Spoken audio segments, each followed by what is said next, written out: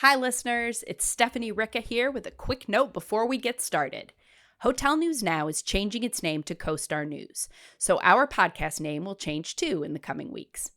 Same smart reporting, same hosts, the great guests you've come to expect from us, just a new name that reflects our overall branding change from Hotel News Now to CoStar News. You don't have to do a thing. Just keep listening and we'll take care of the rest. Thanks for sticking with us. Now let's get into today's episode.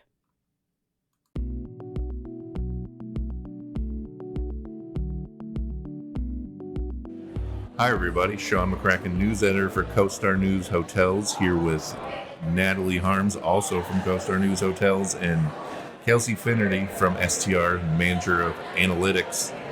And we are here to recap the first day of the Hotel Data Conference here in Nashville.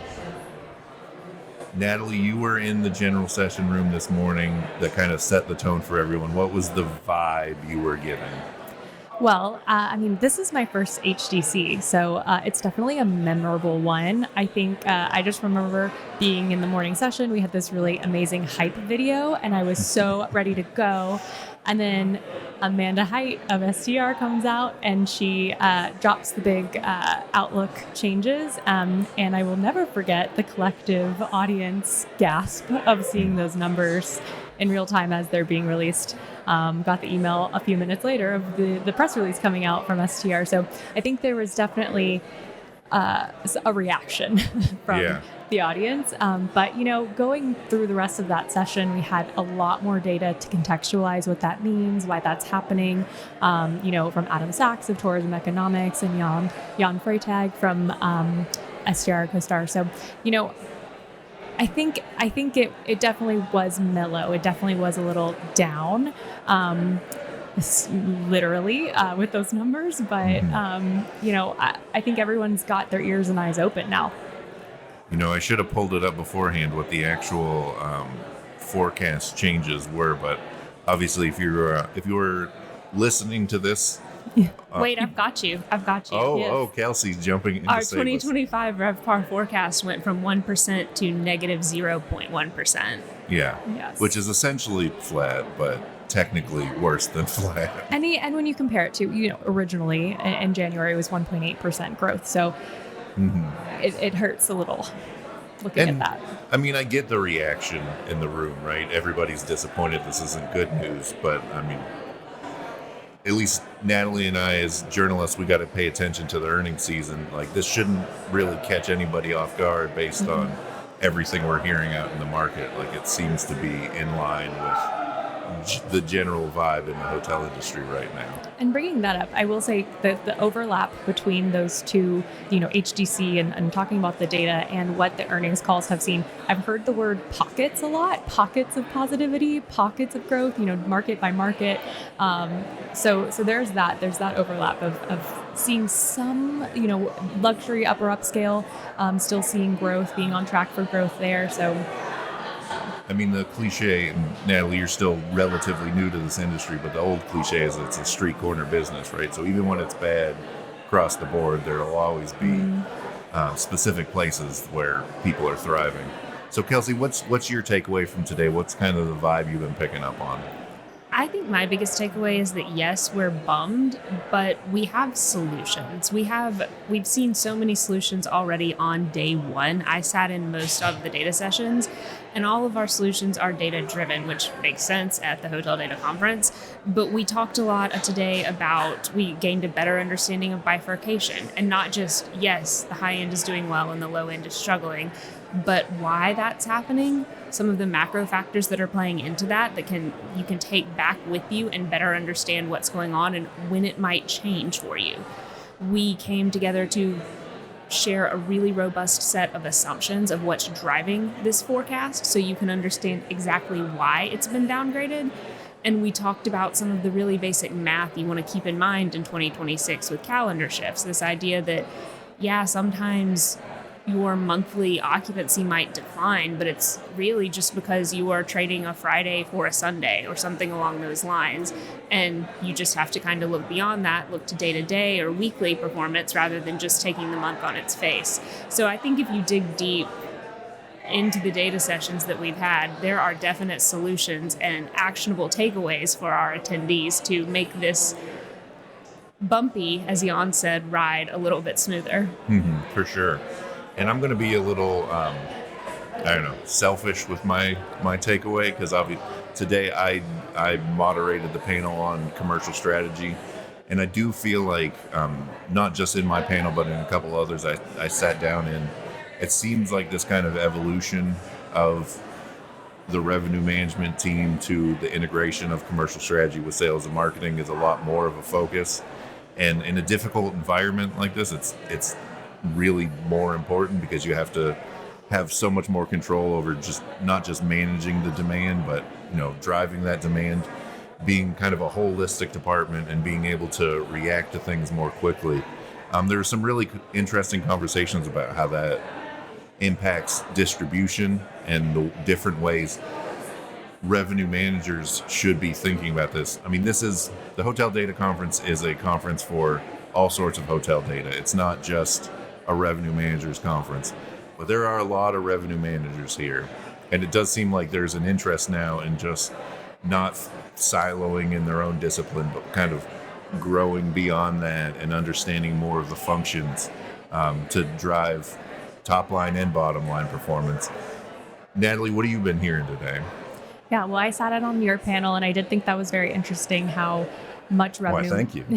How much revenue managers do really see it as a team effort, and how do we bridge the gaps between those. That was great. I think my favorite panel of the day was the one about AI, and I could rant on, and I'll kind of pick some of my favorite takeaways from that. But, whether you know it or not, you're in a race to win AI. And if you don't know it, you should be very concerned. But, the idea being that users and travelers are using AI to right now mostly just like research their travels, and in the very near future, it's going to be to book those travels. So how do you make sure your hotel is coming up on the ChatGPTs of the world for users?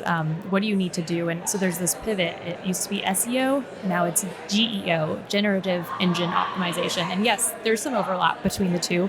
If you can have a strong SEO, maybe you do have a strong GEO already, but it's not complete. At the end of the day, your chat GPT experience, I'm just going to use that as an example, is personalized. Yeah. So, Sean, you might search something, I might search something, we're going to get different answers, but it's all pulling from the same resource of online. And the other thing is it's still a black box, and users have trust issues with ChatGPT. Yeah. If you've ever searched something and it just been completely off, there's a lot of black box elements to how ChatGPT works.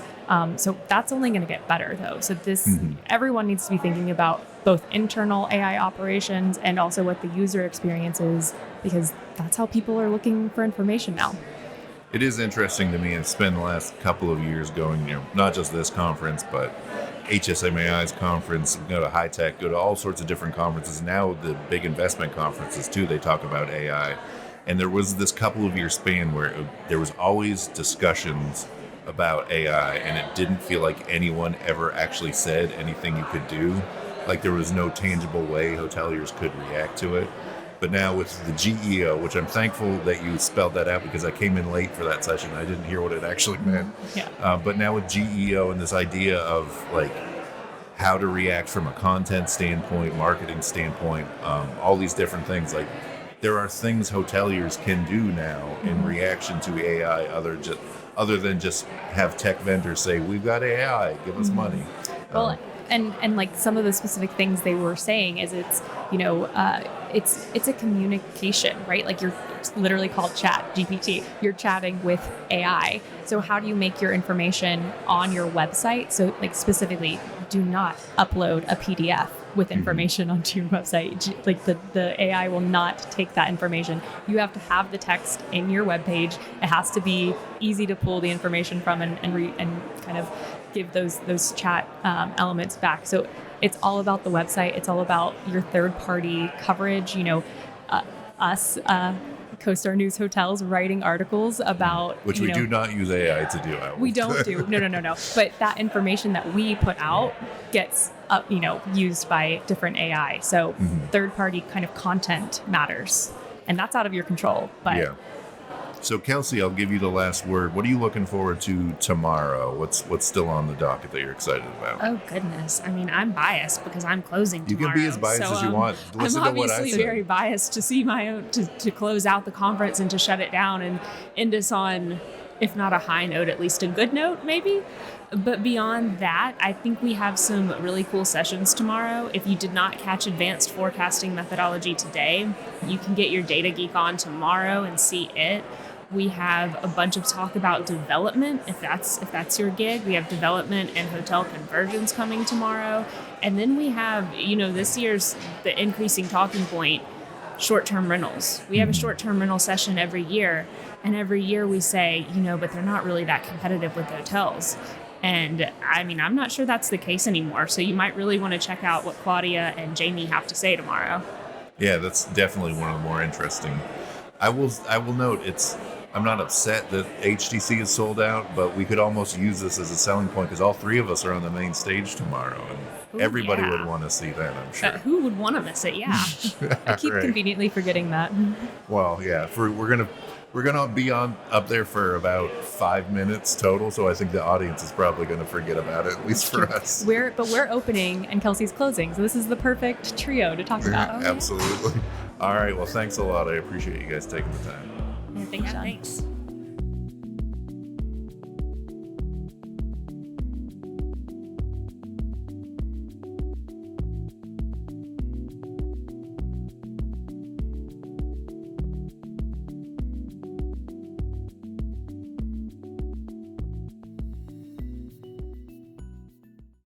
Hi, I'm Davon Reed. I'm Omari Head. And I'm Chris Henry. We're the hosts of the Next Gen and Lodging podcast. It's a monthly show in which we interview a new generation of hoteliers to get their insights into a variety of disciplines and topics, from finance to food and beverage and hotel operations. Listen to us on Spotify, Google, Apple Podcasts, or wherever you get your podcasts.